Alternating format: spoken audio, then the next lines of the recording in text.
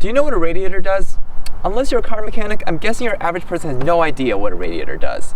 But you will in a second. If we translate the word radiator into Chinese, it becomes 散热器, disperse heat device. Now do you know what it does?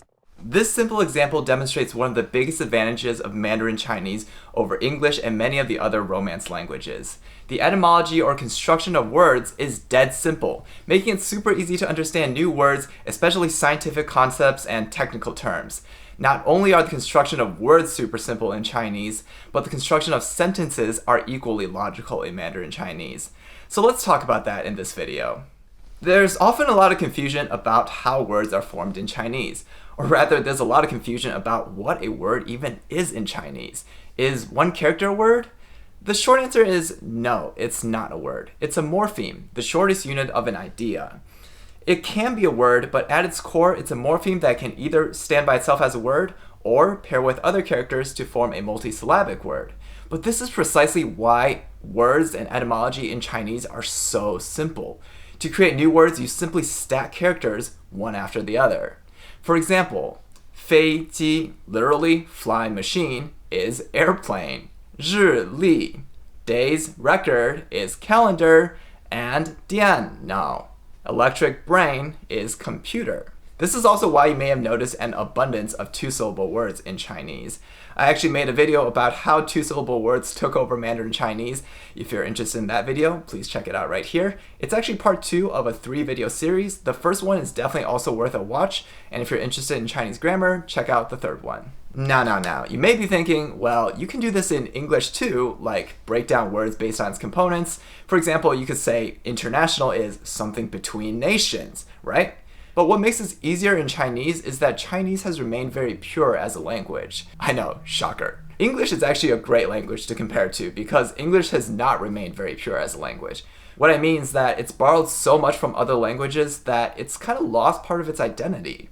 For example, plateau is borrowed from French, waltz is from German, bicycle has its origins in Greek, typhoon from Chinese, and many examples with Latin origins. But Chinese comes from Chinese, and that means that your average Chinese person can understand the word roots and the origins of words. If you look at the English word narwhal, this word supposedly came from Old Norse. Now, what average American knows any Old Norse, right? It came from this word in Old Norse that I'm not going to try to pronounce. It means corpse whale because it was white and looked like a corpse or something. But if we look at the word narwhal in Chinese, it's 独角鲸, literally single horn whale. So your average Chinese person can actually understand that because the origins of that word is in Chinese. Let me tell you a story. So last year I was reading a science book in Chinese and I happened across 3 Chinese words that I didn't know. 褐莓, 烟莓, and 无烟莓.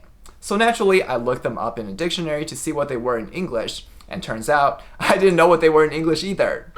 Lignite, bituminous, and anthracite. But guess what their Chinese versions meant? So lignite is 褐莓, or literally brown coal. Bituminous is 烟莓, or literally smoke coal. And anthracite is 无烟莓, or literally non-smoke coal. Because the first one is brown, the second one smokes when burned, and the third one does not smoke when burned. Like, how easy is that to understand? And the funny thing is, scientific words in English are often so difficult to remember that we just end up giving them nicknames. For example, lignite is commonly known as brown coal, actually.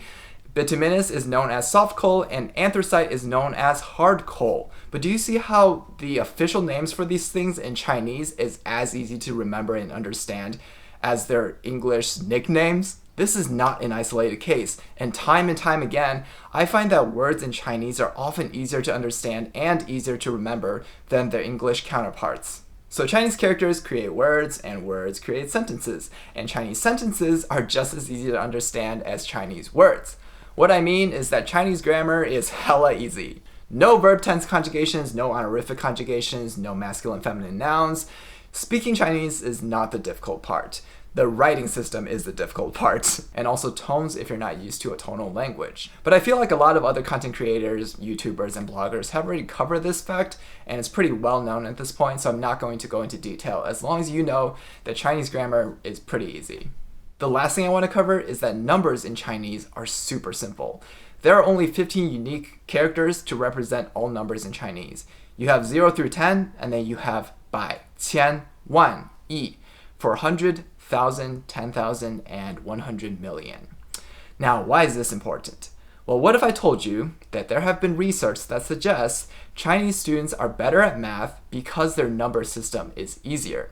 And because their number system is easier, they're able to understand numbers and grasp simple math concepts at a younger age. You see, I just made a video about why I think the Chinese writing system is terrible, and naturally some people were a little upset at the title I chose, and others pointed out that what I was really talking about in that video was how difficult the Chinese writing system was, and they say that a difficult language is not necessarily a bad language. I actually disagree with that concept. I think that a difficult language or an unintuitive language is a bad language, and not for foreign learners, but for its own native speakers. And here's why. When you are learning a foreign language, you're just learning it for fun, you're learning it as a hobby. It doesn't really affect your livelihood in any way, shape, or form. But when you're a native speaker of that language, like you're a child trying to learn your first language, that actually affects your livelihood. Everything that you need to know in order to survive in our society has to be learned through that language. So if that language is hard, if it's unintuitive to learn, then it actually becomes a bottleneck for how much information you can absorb and how quickly you can learn. But AB Chinese, it's not about the language being difficult, it's the quality of education that matters. Okay, good point. But what you're forgetting is that quality education costs money. Like, it's not free. Just look at the cost of college. And just because I can run 5 kilometers, because I've trained myself well and I'm in good shape, does not mean that it wouldn't be easier for me to just go get a car and drive 5 kilometers. So if a language is difficult on an absolute scale, it will cost more resources to educate that population to the same level as another country with a simpler or an easier language. It's a hidden cost that you don't see and many people forget about.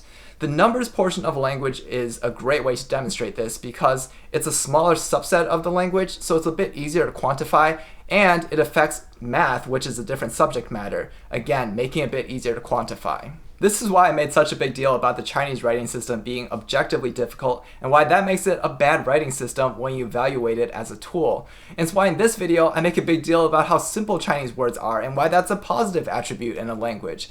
Because if it takes me less effort to understand scientific terms in Chinese, that means I'll have more time to spend learning about anything else.